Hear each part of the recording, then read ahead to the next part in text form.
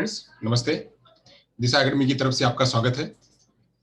मैं आज आपके बीच diploma in special education hearing impairment का सेमेस्टर सेकंड का जो पहला पेपर है एजुकेशनल साइकोलॉजी T02 उसका सॉल्व पेपर मैं आपके बीच लेके आया हूँ। तो चलिए देखते हैं सॉल्व पेपर को। 2 घंटे का पेपर था जो आज 16 तारीख को संपन्न हुआ है अली और चंग national institute of speech and hearing disability दिव्यांगजन की तरफ से। तो उसका पेपर सॉल्व पेपर देखते हैं एजुकेशनल साइकोलॉजी का शैक्षणिक मनोविज्ञान का। तो पहला पेपर देखते हैं।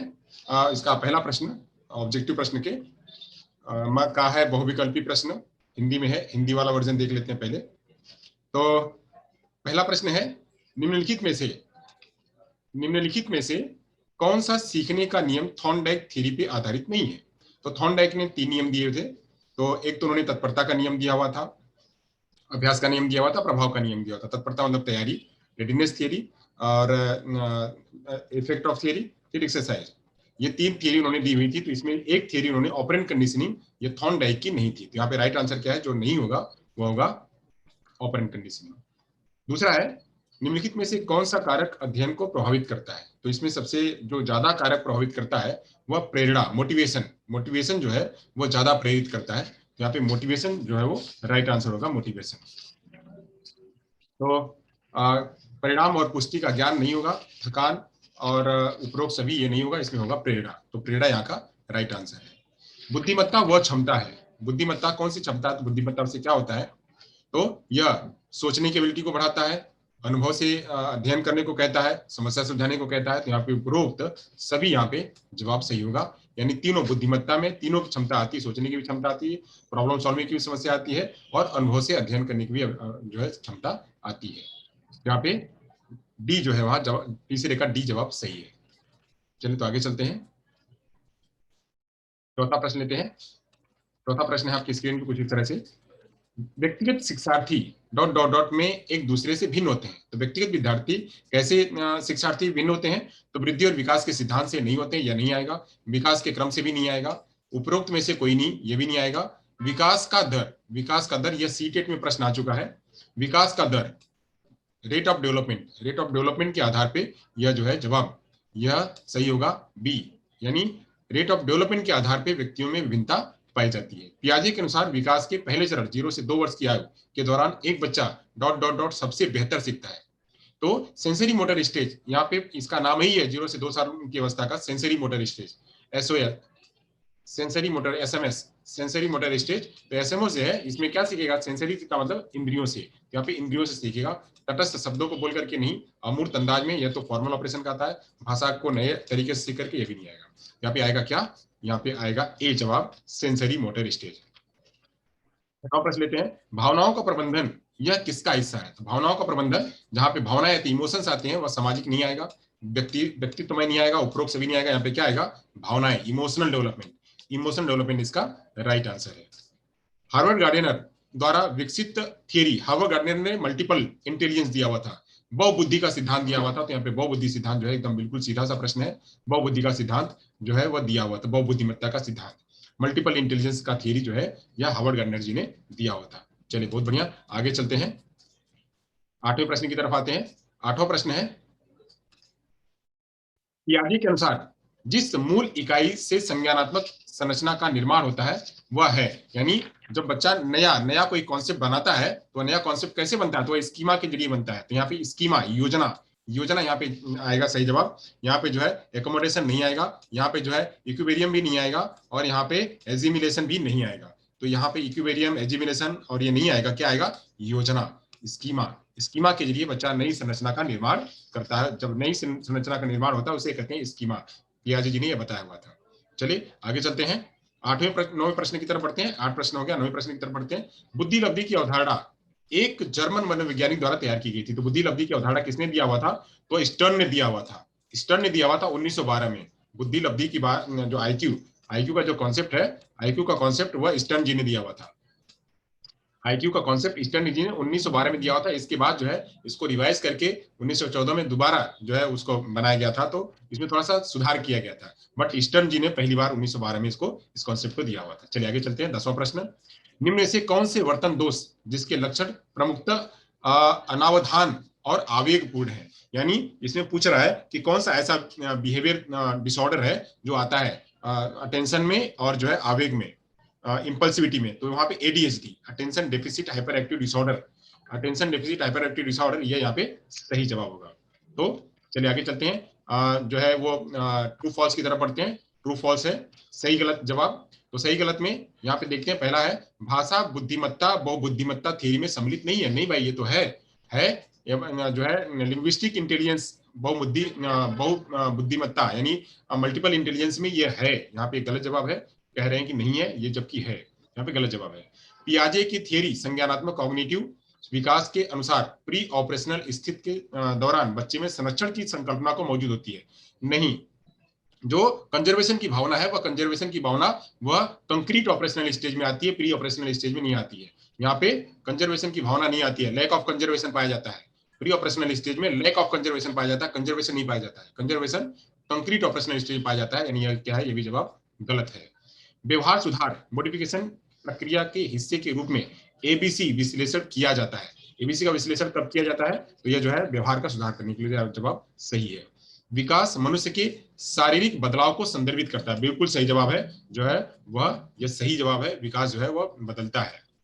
गामक मोटर विकास पैटर्न एक रूपता यूनिफॉर्मिटी का अनुसरण करता है। तो जो है मोटर डेवलपमेंट जो है वह मोटर डेवलपमेंट में यूनिफॉर्मिटी पैटर्न नहीं आता है, यूनिफॉर्मिटी पैटर्न नहीं आता है। यहाँ पे जवाब क्या होगा? यह गलत होगा। यह प्री डिटरमाइन पैटर्न जो यहाँ पे दिया जाता है, तो यह यहाँ पे जवाब क्या होगा? गलत है। यहाँ यूनिफॉर्मिटी नहीं होता, सभी के जो मोटर डेवलपमेंट है वो अलग अलग होते हैं, यूनिफॉर्म नहीं होता है। तो यह जवाब क्या है? वह गलत है। चलिए, तो यहाँ से फिल इन द ब्लैंक लेते हैं, फिल इन द ब्लैंक की तरफ पढ़ते हैं। रिक्त स्थानों की पूर्ति कीजिए। तो यहाँ पे पहला प्रश्न है पहुंच पकड़। पहुंच पकड़ यानी सूक्ष्म गामक विकास में महत्वपूर्ण क्रम क्या होता है? तो पहुंच और पकड़ यानी ग्रेस्प, ग्रेस्प और रीच। ग्रेस्प और रीच जो है इसके महत्वपूर्ण माइलस्टोन है, महत्वपूर्ण माइलस्टोन ग्रेस्प और रीच है। यहाँ पे हिंदी में पहुंच और पकड़ कह सकते हैं।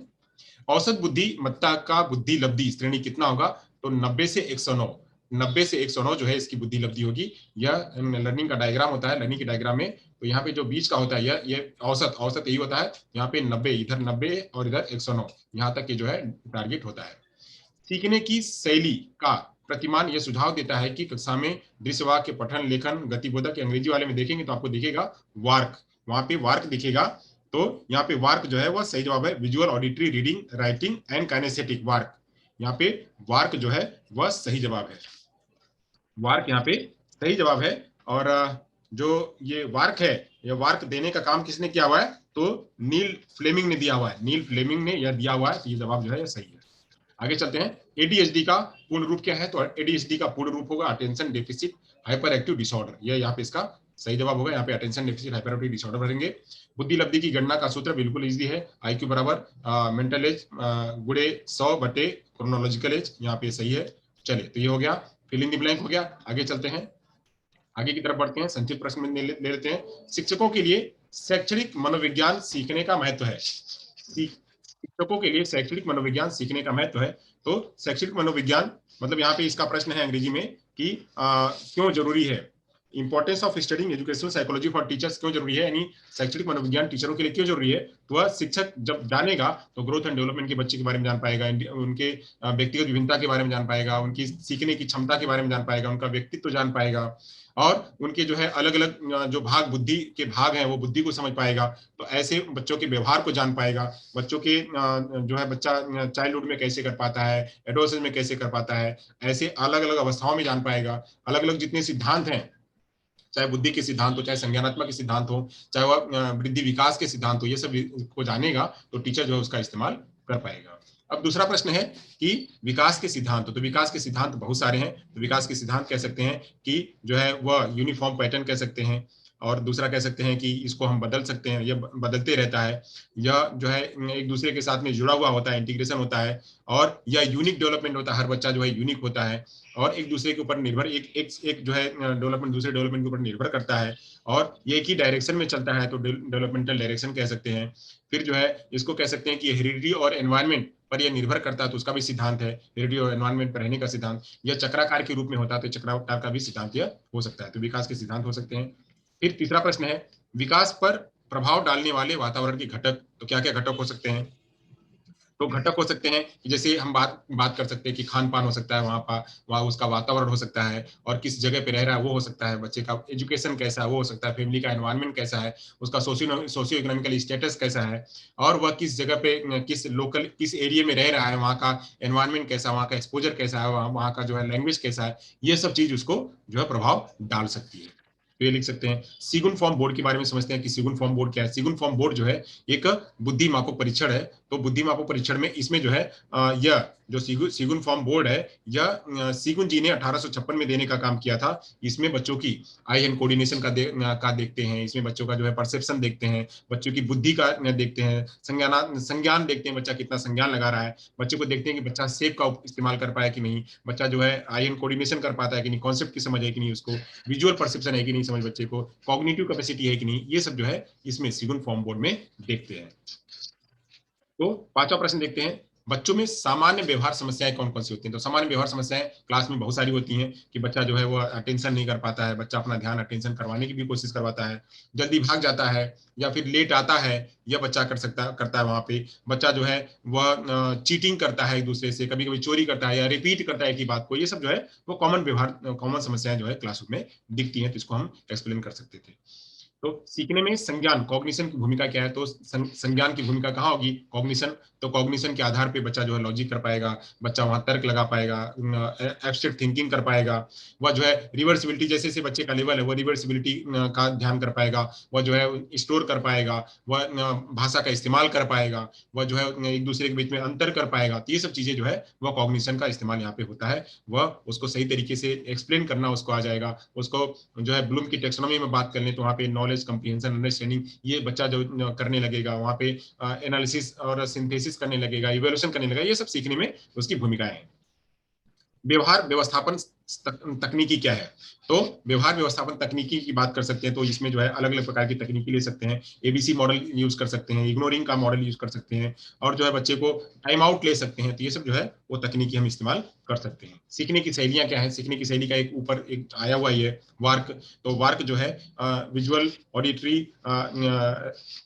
ऑडिटरी रीडिंग काइनेस्थेटिक जो है ये हम ले सकते हैं, वहीं वक्त मॉडल है वो भी ले सकते हैं। तो अलग अलग प्रकार की शैली है, कोई बच्चा जो है वो बोल करके पढ़ता है, कोई बच्चा जो है वो सुन करके पढ़ता है, कोई सीखता है, कोई बच्चा जो है लिख करके और पढ़ करके पढ़ता है, तो कोई बच्चा काइनेस्थेटिक के रूप में पढ़ता है। तो अलग अलग बच्चों की शैलियां होती हैं। तो ये प्रश्न आपके सामने, ये प्रश्न का जो है सॉल्व पेपर आपके सामने हमने जो है प्रस्तुत किया। तो आप सभी लोग जो है इसको ज्यादा से ज्यादा लोगों तक पहुंचाइएगा, लाइक करिएगा, शेयर करिएगा, ताकि और जो लोग नीडी व्यक्ति हैं उन तक ये पहुंच सके। So thank you so much.